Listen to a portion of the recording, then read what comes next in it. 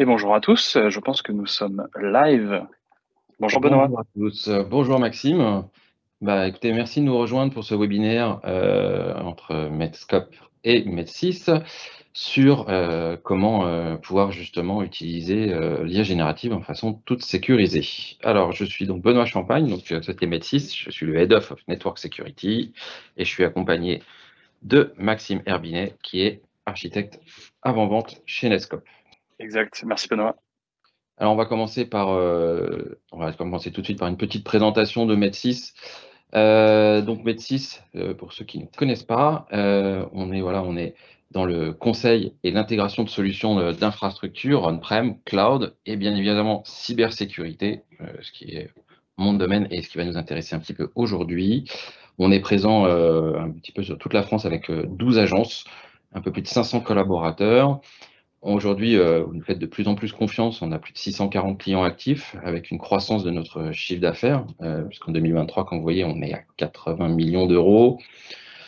Et ce qu'il faut savoir, c'est qu'en plus du conseil et de l'intégration, on a aussi une offre de service autour du service managé de vos tenants M365, si vous voulez une comment ça s'appelle, une service manager complet de votre tenant, si vous avez besoin de support autour de questions Microsoft, si vous faites du projet avec nous, de l'intégration, on peut aussi, sur les sujets qui vont amener pas mal de changements, d'un accompagnement au changement au travers d'un helpdesk. Voilà, et on a aussi toute une section MSSP autour de la sécurité, de SOC et de solutions EDR managées. Donc pour commencer, après cette présentation de Med6, on va commencer par, je crois Maxime, tu nous as préparé une petite vidéo d'introduction. Exact, allons-y. Mesdames et messieurs, experts éminents en système d'information et en cybersécurité, bienvenue à cette présentation singulière sur l'intelligence artificielle. Maintenant, vous vous demandez probablement ce qu'un petit être comme moi fait ici. Je me présente, je suis M, votre assistant numérique, prêt à relever les défis des systèmes d'information d'aujourd'hui et de demain. L'avatar que je suis a été conçu en mélangeant le travail de plusieurs IA génératives. Ne vous inquiétez pas, je vous assure que mon créateur a pris toutes les précautions nécessaires, du moins, je l'espère. Aujourd'hui, je vais vous laisser découvrir les capacités de pointe de la plateforme Netscope en matière d'intelligence artificielle. Les avancées de l'intelligence artificielle nous ont propulsés vers une nouvelle ère, et il est crucial pour nous, gardiens du cyberespace, de la comprendre et de mesurer ses impacts. Attachez vos ceintures et plongeons, sans plus tarder, dans cet univers merveilleux, rempli d'algorithmes, de codes, de neurones et aussi de quelques créations excentriques. Voilà. Voilà, donc on rentre directement dans le vif du sujet sur l'IA. Il y a encore quelques années de ça, 2-3 ans, c'était impensable de s'imaginer que ce type de présentation pouvait être rendu et créé entièrement à partir de rien, en fait, de texte. N'hésitez pas, si vous voulez, soumettre en combien de temps Maxime a pu réaliser, il lui a fallu combien de temps pour pouvoir créer cette petite vidéo. On répondra à la fin, mais ça nous intéresse de voir. L'IA, l'explosion de l'IA, aujourd'hui tout le monde est confronté à l'IA. Je pense que personne ne peut dire je ne connais pas l'IA aujourd'hui, en tout cas l'IA générative, pour être plus précis aujourd'hui. Voilà, l'explosion est arrivée en 2022. J'aime bien ce graphique que je vous partage là, qui montre le taux d'adoption en fait de chaque plateforme pour arriver à 100 millions d'utilisateurs. On a en bas de l'échelle en 2008 Spotify qui a mis 11 ans pour arriver à ces 100 millions d'utilisateurs. Et on voit que les différents services, Netflix, Facebook a mis 4,5 années, Instagram 2,5 ans pour atteindre 100 millions d'utilisateurs, et OpenAI avec ChatGPT, ils l'ont fait en 2 mois. C'est-à-dire que l'adoption par le grand public a été d'une vitesse comme on n'a encore jamais vu. Pourquoi? Parce que les gens ont très vite compris le potentiel de cet outil. Si je prends un titre d'exemple, en 2022, quand j'ai parlé des IA à mes parents, 70 ans, ils disaient oui, non, nous, c'est pas pour nous, c'est pas pour notre génération. Aujourd'hui, on est en 2024, voilà, ils génèrent des images, ils l'utilisent au quotidien. Ça montre que au sein de nos organisations, eh ben, tout le monde aujourd'hui connaît l'IA et l'utilise.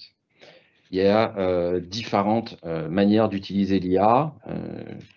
Donc, typiquement, donc si on peut passer sur le slide, merci Maxime. Les différentes possibilités offertes. Donc, voici quelques exemples. Il y en a beaucoup qui sont cités. Donc, typiquement, la vérification grammaticale linguistique, quelque chose qu'on utilise, enfin, à titre personnel que j'utilise régulièrement pour m'assurer que je n'ai pas fait d'erreur. On a les développeurs. Aujourd'hui, l'IA est rentrée chez les développeurs comme un outil, une aide pour création de code. Ça veut dire qu'ils envoient du code qui demande à l'IA qu'est-ce que tu en penses, est-ce qu'il y a un bug, est-ce que je pourrais l'améliorer, le rendre plus performant. Pour faire du contenu, les contenus de réunion, voilà ce qui s'est dit dans la réunion, fais-moi une version synthétique qui soit dans un français correct.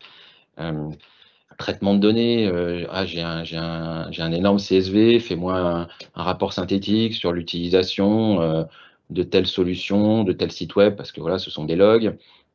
On marque aussi d'arbitrage financier, par exemple. Mais tout ça pour dire que, au final, on envoie de la data. Alors, il y en a qui sont pas graves. On a ici Maxime qui est parti en Grèce. Il a décidé de demander à l'IA de l'aider un peu à planifier son séjour. Ça ne fait de mal à personne, ce sont ses données.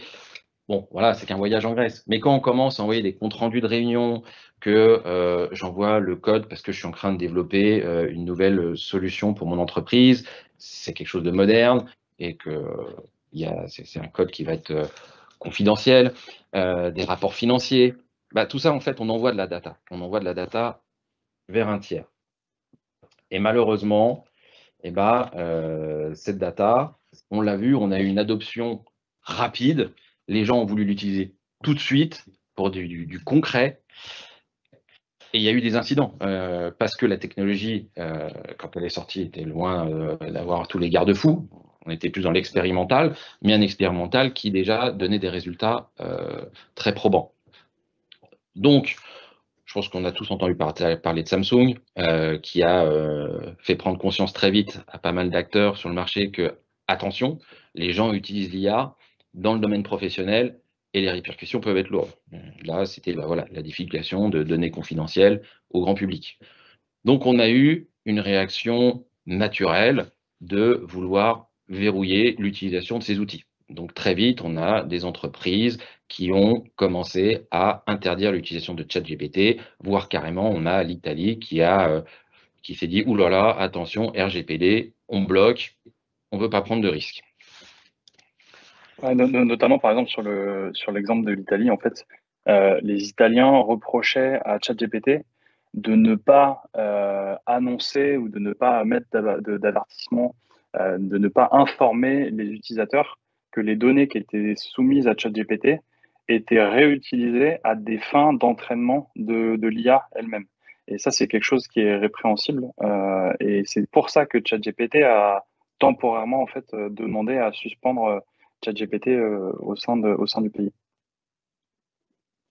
Exactement. Merci Maxime. Et ceci pour dire que en fait, ça a été tellement vite que même les acteurs qui créent les moteurs de LLM, Google, au lancement de Bard, s'est dit « Ouh là là, je ne vais pas attaquer l'Europe tout de suite parce qu'ils vont me tomber dessus pour des questions de RGPD ». Microsoft, qui pourtant a investi massivement dans OpenAI, a envoyé à un moment un message en disant « Ouh là là, les employés, merci de ne pas l'utiliser ». Ils ont vite arrêté puisque ça nuisait aussi à leur image à ce moment-là. Mais même les acteurs qui sont au cœur du système sont conscients que le lancement a été un peu compliqué, rapide et avec une adoption et des utilisations non contrôlées. Mais ce qui est intéressant de voir quand même, c'est que tous ces acteurs-là, même si ils ont un peu levé le pied au démarrage, ils sont conscients. Aujourd'hui, il y a des études qui ont commencé à être rédigées. On annonce que d'ici quelques années, les IA dans leur ensemble vont augmenter la productivité des entreprises de l'ordre de 20 à 45%. Il y a même des gens qui parlent de 50%. Donc toutes les analyses ne convergent pas encore sur un chiffre, Mais grosso modo, les entreprises comprennent bien que ça peut être un avantage en termes de productivité. Si c'est un avantage en termes de productivité, c'est aussi presque inquiétant, ou en tout cas, ça peut être préoccupant de ne pas tenter d'adopter l'IA parce que ça deviendrait un gap concurrentiel. Si vous avez des concurrents qui se mettent à utiliser l'IA pour augmenter leur productivité, bah, vous allez être entre guillemets à la traîne en tant qu'organisation. Et c'est pour ça que ça peut être hyper intéressant d'étudier dans quelle mesure on peut adopter l'IA sans mettre les organisations en péril. Et c'est là que on va voir dans quelle mesure à la fois il y a des réponses réglementaires et à la fois Netskope va tenter d'adresser ces problématiques-là. Exactement. Une des premières réponses qu'on a eues de l'Europe, ça a été justement autour de la première réglementation contraignante sur l'IA. Donc là, on en a entendu parler rapidement, enfin rapidement non, mais on a entendu parler dans les médias puisque ça a été adopté par le Parlement au mois de mars. Donc l'objectif de cette réglementation, donc c'est vraiment un cadre qui va définir les grandes règles aujourd'hui sur l'IA pour commencer un petit peu à définir, on va dire, le terrain de jeu. D'accord ? Donc c'est déjà de protéger en fait les citoyens face au risque de l'IA, donc la démocratie et les droits fondamentaux, avec un discours quand même pour expliquer que ça va permettre aussi de stimuler l'innovation et en fait de devenir un leader dans l'IA. Dans cette réglementation, en fait, il y a deux choses vraiment intéressantes que je remonte. Ils ont classifié qu'il y avait des systèmes à haut risque. C'est-à-dire que si demain vous voulez développer un produit avec de l'IA embarqué, mais que votre produit va être utilisé dans des domaines, donc là j'en ai cité deux, mais il y en a plus, par exemple sur l'éducation ou tout ce qui va être lié à la donnée santé, c'est-à-dire que votre système basé sur des modèles IA va manipuler de la donnée qui est qualifiée comme étant en risque. Avant la mise sur le marché de votre solution, vous devrez vous conformer justement à s'assurer que votre produit respecte un certain nombre de contraintes et d'obligations. À côté des systèmes à haut risque, il a été aussi défini que non, il y a des endroits où l'IA n'a pas sa place et ça sera interdit. C'est surtout tout ce qui va être lié en fait à de la biométrie, à de l'analyse comportementale humaine. Voilà, tout ce qui va permettre de reconnaître un humain, d'anticiper ses actions. Tout ça aujourd'hui, c'est interdit. Sauf les États quand même se sont laissés une porte en cas atteinte à la sécurité nationale. On va dire ça comme ça. Dans ce cas-là, ils peuvent s'autoriser, eux, à utiliser ce type d'IA. Et ce que fait l'Europe à ce niveau-là, c'est que si jamais vous ne rentrez pas dans ce cadre, vous allez subir des sanctions. En ce moment, c'est ce qu'ils font, basé sur votre chiffre d'affaires en moyenne. Vous voyez là, 7% du chiffre d'affaires mondial, ça peut commencer à faire pour certaines grosses compagnies. Comme tu l'as dit, effectivement, merci Maxime. Aujourd'hui, on va avoir deux types d'entreprises, celles qui vont accompagner ce changement et cette adoption au travers de l'IA et celles qui vont le bloquer. Le bloquer, vous l'avez compris aujourd'hui, pour nous, ce n'est pas notre créneau. Il vous l'a expliqué, il y a un risque de perte de productivité des collaborateurs et c'est comment justement pouvoir accompagner les entreprises dans ce changement, dans l'acculturation et utiliser cet outil de façon plus sécurisée. Donc Maxime, je pense que c'est là où tu peux nous aider à pouvoir justement utiliser l'IA de façon plus sécurisée. Alors, en guise de teaser et d'introduction, on a fait l'exercice de demander à l'époque, c'était Bing Chat, quel était le leader de la sécurité du cloud ou du SASI. Et Bing répondait, c'est Netskope qui est leader du SASI. Donc ça, c'est pour ceux qui n'auraient jamais vu à quoi ressemble une IA générative de type chat. Ok, donc Netskope est une plateforme de sécurité qui prône en fait qu'on puisse adopter n'importe quel type d'application, y compris du coup des applications de type Generative AI ou des applications qui sont cloudifiées, des applications SaaS. Et donc dans ce contexte-là, effectivement, ce qu'on souhaite faire, c'est vraiment faciliter la consommation éventuelle des Generative AI en toutes circonstances.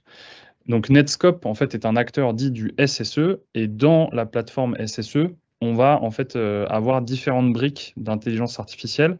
Il y a certaines IA chez Netscope qui sont là pour filtrer ou accompagner l'adoption des technologies de Generative AI. Donc, en fait, Netscope va encadrer la consommation d'IA tierces qui sont du coup sur Internet. Et Netscope a aussi en interne des modules d'IA qui nous permettent d'augmenter les capacités de sécurité, d'augmenter la détection, que ce soit de vos documents ou la détection d'éventuelles menaces. Et voilà les différentes briques qu'on va pouvoir utiliser. Aujourd'hui, on va s'attarder plus spécifiquement sur les modules de gauche, là en rose et en vert, donc avec en premier lieu en fait la détection applicative des outils de Generative AI, où il y a également tout un tas d'autres outils. En fait, il faut savoir que Netscope vient historiquement, en tout début de la genèse de Netscope en 2012-2013, vient du monde du CASB, et dans les enjeux du CASB, il y avait ce qu'on appelle la cartographie ou la détection des applications qu'on appelle Shadow IT. Et typiquement, un ChatGPT, si vous n'avez pas un compte, une licence professionnelle avec ChatGPT, va rentrer dans cette case Shadow IT, tout comme un tas d'autres applications de Generative AI, hein, qui puissent s'agir de Midjourney, de Jasper, de Copilot, on va y revenir un petit peu après. Et donc, en fait, Netscope, la première chose qu'on va faire, c'est qu'on va détecter ces différentes applications qui pourraient être consommées par les collaborateurs.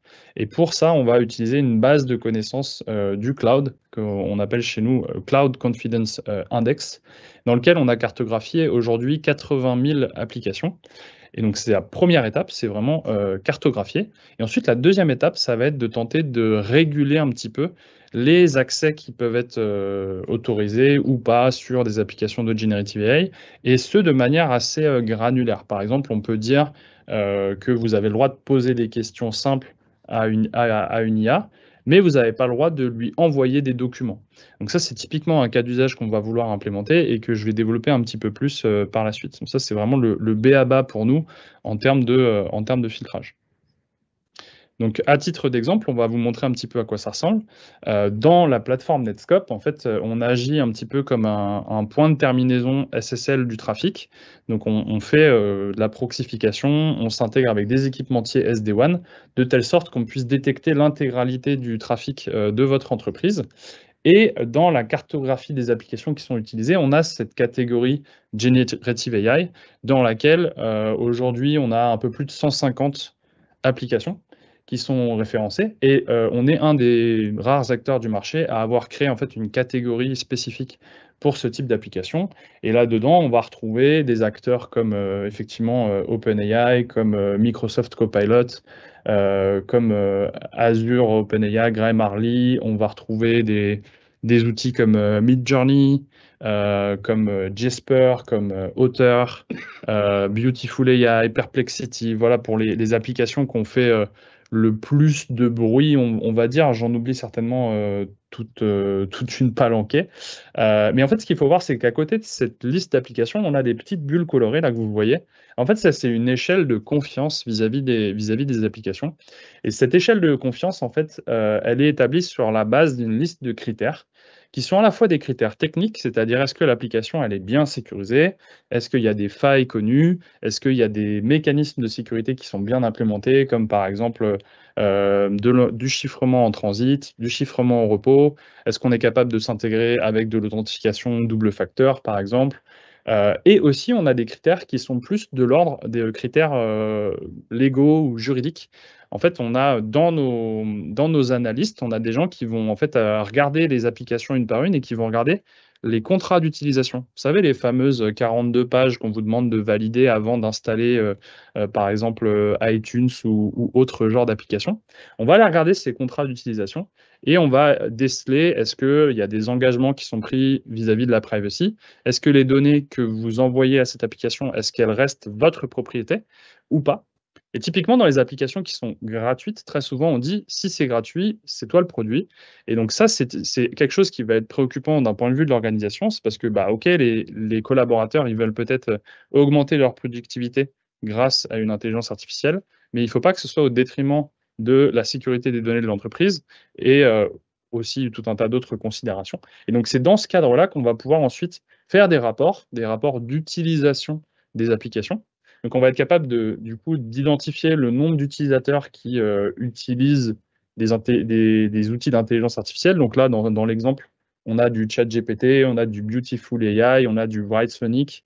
On a le fameux DID et Eleven Labs, qui sont les deux outils qui ont permis de construire la vidéo de tout à l'heure.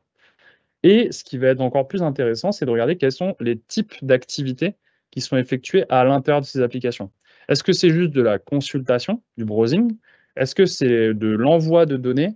Est-ce que c'est du post? Est-ce que c'est du download, de l'upload? Est-ce qu'on s'est logué avec une identité particulière? Est-ce que c'est l'identité de l'entreprise ou est-ce que c'est l'identité d'un tierce party ou peut-être que c'est une boîte mail perso? Auquel cas, j'ai un collaborateur depuis son PC pro qui se connecte avec un compte perso dans un outil dans lequel il a uploadé des données. Et c'est là qu'on va voir venir se dessiner un petit peu une tendance qui peut être problématique. Et on peut, le cas échéant, identifier les utilisateurs qui seraient les plus consommateurs de ces fameuses intelligences artificielles. Donc là, on voit clairement un grand volume de consommation, notamment beaucoup de posts qui sont effectués par maxime.herbinet@gmail.com ou avec un alias qui s'appelle Patrick Blondet sur ChatGPT, dans lequel j'ai fait des uploads de données. Et plus tard, quand on viendra implémenter des règles de sécurité ou des règles de détection un peu plus avancées, vous allez avoir un report beaucoup plus précis sur quelles sont les différentes règles, c'est-à-dire qui ont matché. Est-ce qu'on a envoyé des fichiers? Est-ce qu'on a envoyé du code source? Est-ce qu'on a envoyé des données confidentielles? Et vers quelle destination? Est-ce que c'était à destination de Write-Sonic? Est-ce que c'était à destination de Copilot? Est-ce que ça a été bloqué ou est-ce que ça a été autorisé? Et vous voyez en bas à droite, il y a une petite bulle là de mots-clés. Ça, c'est les justifications qui ont été données par les utilisateurs pour en fait justifier pourquoi ils ont besoin d'utiliser telle ou telle intelligence artificielle. Donc, vous avez aussi cette capacité de reporting un petit peu qu'on verra un peu plus tard dans la démo. OK? Donc, la première étape, c'est vraiment la cartographie. Mais l'étape assez logique qu'on va vouloir mettre en place sur ce type d'intelligence artificielle, c'est de venir faire de la détection du contenu. Donc, la première étape, c'est la cartographie. Deuxième étape, la petite bulle verte, c'est la détection des données. Et en fait, dans cette brique, ce qu'il faut comprendre, c'est que Netscope va jouer le rôle de proxy man in the middle. On va analyser ce que vous envoyez, par exemple. Encore une fois, je dis ChatGPT, mais on a plein d'autres exemples, vous allez voir dans la démo. On va analyser le texte qui a été envoyé. Et on va essayer de détecter, est-ce que ce texte, est-ce qu'il est petit, est-ce qu'il est gros, est-ce que ça contient des données qui sont des données de la propriété intellectuelle? Est-ce que c'est un fichier? Est-ce que c'est par exemple du code source de l'entreprise? Et ça, c'est vraiment important et c'est grâce à cette détection des données, donc c'est des moteurs DLP, mais pas que, qu'on va pouvoir en fait affiner les politiques pour tolérer jusqu'à un certain point qu'on utilise les generative AI, mais pas trop. Donc ça donne quoi dans la vraie vie? Ici, j'ai un exemple de ChatGPT. Je vais pouvoir, comme on voit, ChatGPT, là, il s'est chargé. Je peux lui poser des questions, il va me répondre. Je peux taper du texte. Et donc là, on va lui demander quelque chose que sait très bien faire ChatGPT, c'est synthétiser, par exemple, un document. Sauf que je vais aller prendre un document interne, un document Netscope, qui est relativement gros. Donc là, c'est pour l'exemple. Et je lui demande de synthétiser ce gros document. Ce qui se passe, c'est que du coup, Netscope va être capable de détecter que c'est un gros volume de données. Et on va dire, OK, à partir de X, par exemple, kilooctets de données, Netscope va venir interférer d'une certaine manière et on va venir suspendre l'upload de données. Comme vous avez vu, il y a eu un petit pop-up qui s'est affiché. Donc, on parle de coaching page.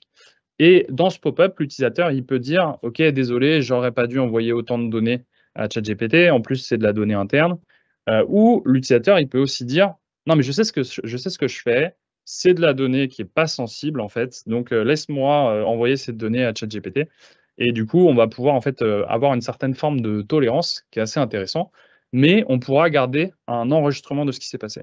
Et c'est hyper important aussi de garder ce type d'enregistrement parce que ça peut être réutilisé à des fins d'analyse ou à des fins de preuves légales si jamais c'était vraiment quelque chose de répréhensible. Autre exemple, on peut demander très facilement à ChatGPT ou à toutes les autres generative AI de nous rédiger du code Python, par exemple.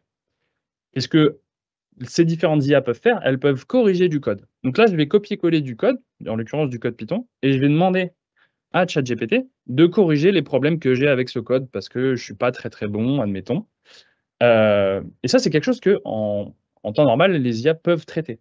Mais ça nous pose un problème parce que peut-être on ne voudrait pas que ça se soit fait dans un contexte de ChatGPT, peut-être qu'on a un abonnement copilote. Donc on va pouvoir bloquer, et là vous voyez qu'il n'y a pas de message de coaching, hein. On est vraiment sur un blocage ferme et définitif. Là, l'utilisateur, il n'a pas la possibilité d'outrepasser ce blocage.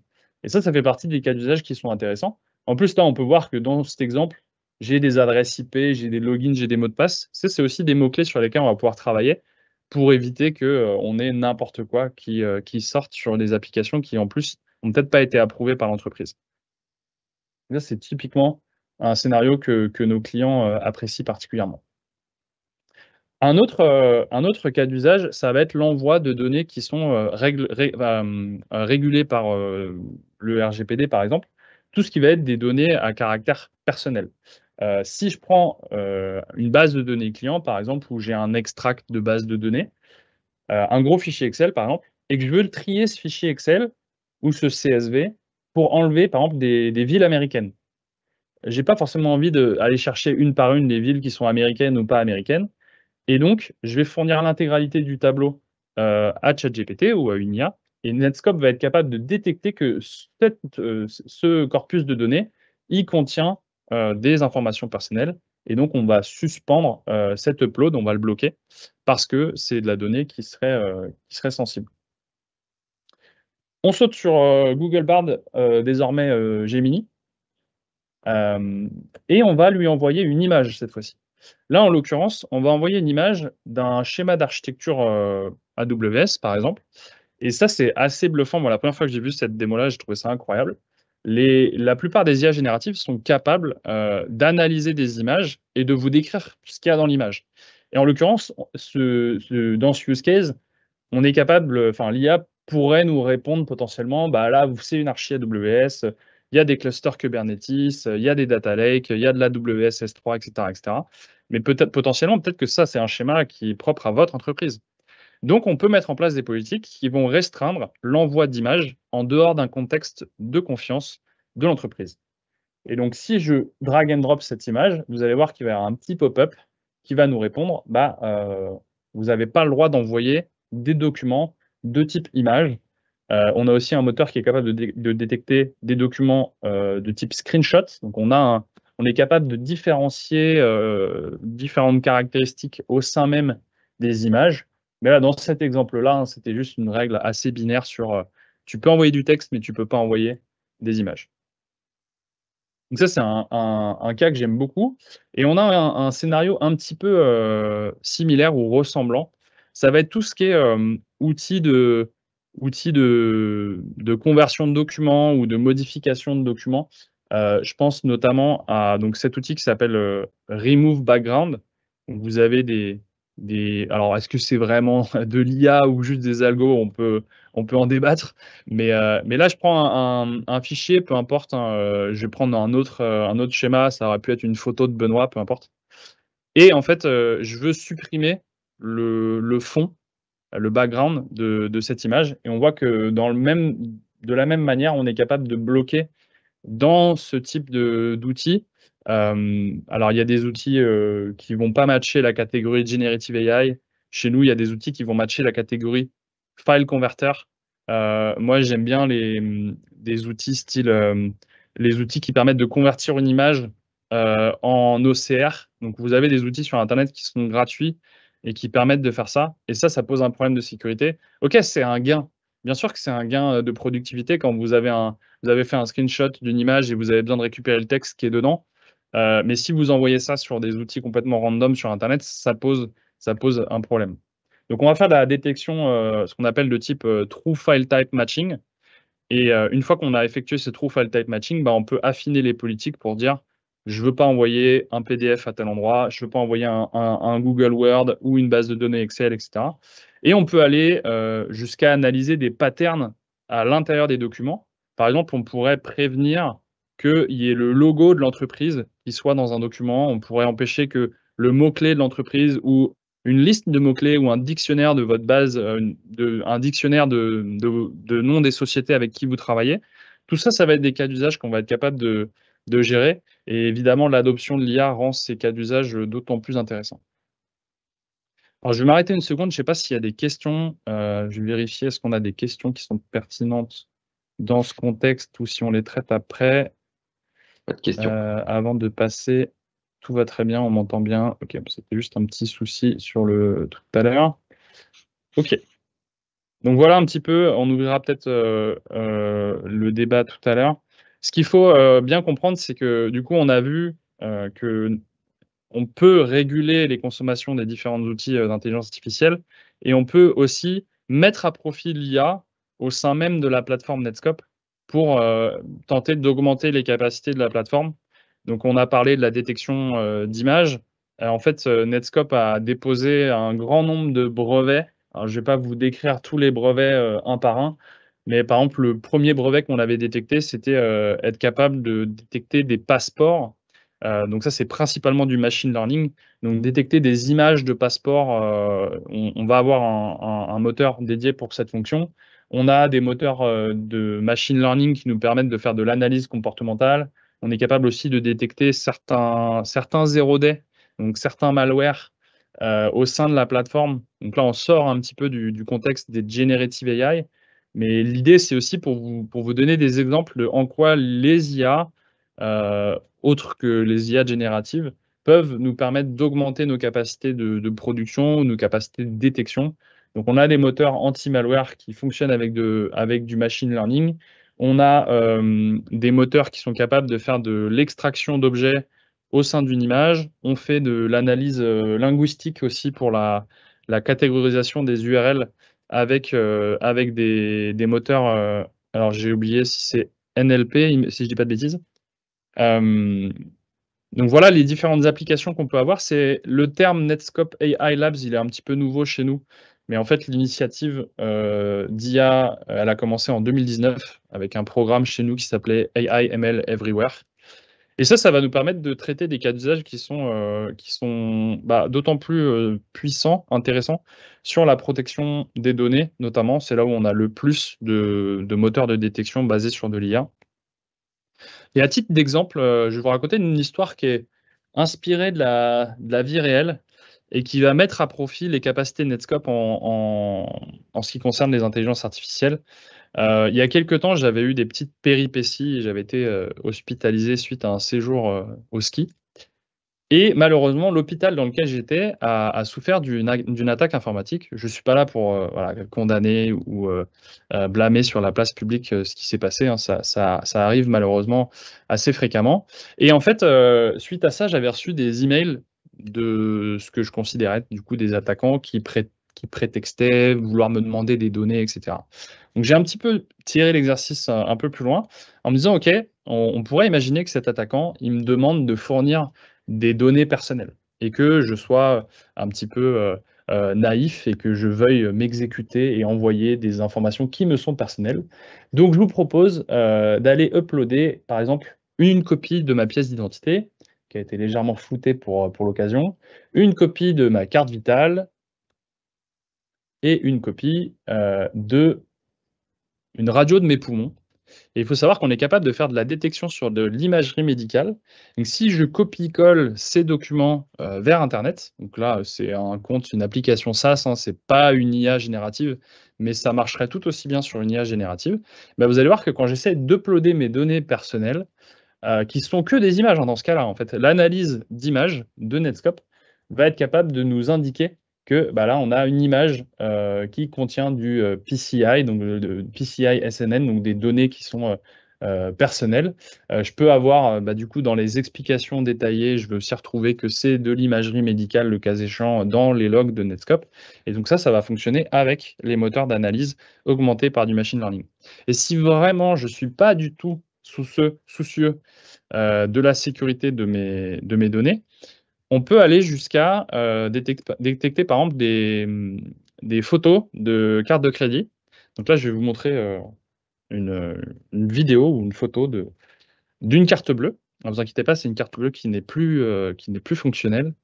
Donc inutile de noter les numéros de la carte bleue, ça ne fonctionnera pas. Et je vais essayer d'envoyer cette photo de ma carte bleue. Donc il y a bien marqué Maxime Herbinet, hein, c'est pas un montage, c'est pas un trucage, il n'y a pas de trucage. Et je vais envoyer cette photo par email, donc via ma messagerie, en l'occurrence Office 365. Et on va voir que je tente d'envoyer le courrier. En l'occurrence, il y a marqué courrier envoyé, mais en fait, il va être analysé par Netscope à partir de Microsoft et je vais recevoir une notification par email m'indiquant que je n'aurais pas dû faire ça, que c'était vraiment pas une bonne idée. Et c'est là qu'on voit la puissance des capacités d'analyse augmenter avec de l'intelligence artificielle. Et ces moteurs-là, alors là, la démo, je l'avais sous la main avec de la messagerie, mais on est capable de faire exactement les mêmes traitements sur tout type d'application. Donc aujourd'hui, on supporte des milliers d'applications, et donc dans la Generative AI, on en supporte à peu près 150. Et où on va être capable de processer ce genre d'analyse pour indiquer que il s'agissait d'une carte de paiement et que c'était un profil de type ML-based, donc machine learning. Et ces analyses en machine learning, vous avez la liste là sous les yeux. On est capable de détecter des passeports, des permis de conduire, des cartes de crédit, des chèques. On est capable de faire de la détection de screenshots. Ça, c'est quelque chose qui nous est beaucoup demandé. Et effectivement, sur tout ce qui est conversion d'images, moi, je trouve que c'est un cas d'usage extrêmement intéressant. Ou de l'analyse de whiteboard. Et plus récemment, on a sorti un nouveau module qui permet en fait d'échantillonner vos propres données. Donc, si vous voulez qu'on analyse vos données pour pouvoir en fait en détecter des éventuelles variants de ces données, vous allez pouvoir en fait, nous soumettre, alors c'est pas obligatoire hein, parce que tout le monde n'a pas forcément envie de faire ça, mais vous pouvez nous soumettre vos propres corpus de données et on va créer des modèles de machine learning sur la base de vos données pour pouvoir ensuite détecter, par exemple, je ne sais pas si vous travaillez dans l'automobile, on va analyser des plans de moteur ou des plans de carrosserie, j'en sais rien. Et ensuite, on pourra détecter toute autre donnée qui serait semblable à celle qu'on a échantillonnée dans le moteur qu'on appelle Train Your Own Classifier, de telle sorte que vous puissiez bloquer vraiment tous les usages et pas uniquement ceux qui sont, on va dire, proposés et préconçus par la plateforme Netscope. C'est vraiment quelque chose que nos clients apprécient. Ils nous disent, voilà, on est capable d'un petit peu de tordre le modèle dans tous les sens et d'avoir plein d'applications possibles de la sécurité de la plateforme. Si vous voulez un petit peu voir à quoi ça ressemble, je peux vous montrer un petit peu l'envers du décor. Donc la plateforme Netscope, elle ressemble à ça. Donc ça, c'est la console d'administration de Netscope. On va avoir en fait la fameuse base de données CCI, donc j'évoquais tout à l'heure les 80 000 applications. Et dans les politiques de sécurité, ici, je peux définir mes politiques. Donc je peux faire du filtrage web, etc., empêcher que les gens ils fassent n'importe quoi avec Internet. Et donc là, j'ai mes règles sur la partie Generative AI. Donc typiquement, je vais pouvoir dire, je veux déjà coacher mes collaborateurs quand ils envoient un grand volume de données. Et là, vous voyez qu'on a vraiment une seule règle. Et avec cette unique règle, on va couvrir les 150 applications de Generative AI, où je pouvais trouver, par exemple, tout ce qui va être analyse de mots-clés. Donc là, on est vraiment dans le dur de l'analyse du contenu. Donc, on va détecter, par exemple, des mots-clés qui sont considérés comme étant top secret. On va utiliser le profil de machine learning pour détecter du code source. On va détecter des documents de type screenshot ou carte d'identité, donc à base de l'analyse de l'image. On peut venir bloquer, par exemple, une liste de noms de clients, etc. Donc, vous allez pouvoir rajouter tous les profils en sachant que en fait, vous avez un certain nombre de profils qui sont prédéfinis, des profils de type PCI DSS, RGPD. Donc, c'est vraiment customisable à souhait. Vous pouvez aller là dans le menu DLP et créer vos propres patterns qui seront ensuite appliqués aux applications qui vous intéressent. Et c'est vrai que le Generative AI, c'est un petit peu le cas d'usage numéro 1 du moment. Mais on va pouvoir quand même réfréner des consommations un petit peu trop systématiques. Et il y a un dernier cas d'usage que je n'ai pas mentionné et que j'aime beaucoup, c'est celui-là. Par exemple, si je suis sur mon navigateur et que je cherche à accéder à une application qui est une Generative AI, mais qui a un score qui est particulièrement faible, je peux aussi utiliser Netscope pour rediriger mes collaborateurs vers la bonne plateforme, vers une plateforme qui aurait été approuvée par ma direction informatique. Donc là, si j'essaie d'accéder à Perplexity, on va pouvoir me dire, bah, non, vous ne devriez pas accéder à cette application parce qu'elle a un score qui est considéré comme étant trop faible. Merci d'utiliser plutôt Copilot. Et donc là, si vous cliquez sur OK, on va vous rediriger vers Microsoft Copilot, où vous allez pouvoir, bon, peut-être pas faire exactement la même chose, mais ça peut être une manière de dissuader les gens d'accéder à tout plein d'IA.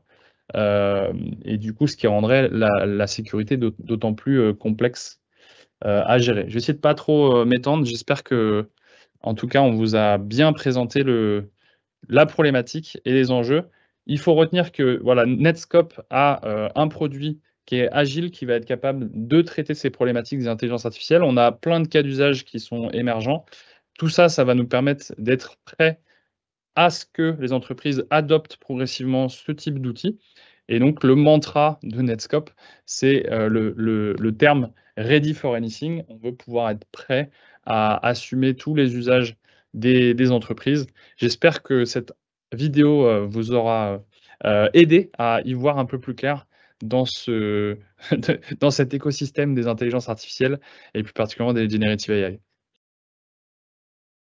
Je vais regarder les questions du coup. Est-ce qu'il y a des questions? Oui, il y a une question.